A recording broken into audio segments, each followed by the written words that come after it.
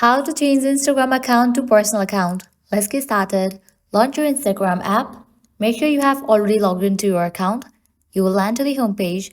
Now at the bottom, you're going to find different options. Click on the profile picture option given at the bottom right corner. With that, you will land to your profile page. Now at the top right corner, you will find 3 bars. Click on it. Different options will appear. Scroll down.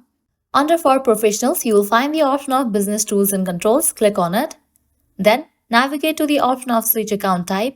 You will get the pop-up Switch to Personal Account or Creator Account. Select the option of Personal Account. Switch to Personal Account. When you switch back to your personal account, in-app insights will be turned off and insights from all of your content, including your promotions, will be permanently removed. Click on Switch to Personal Account.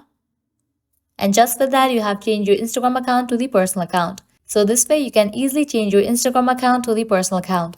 At the end, if you guys find this video helpful, make sure to like, share and subscribe to our channel. Thank you.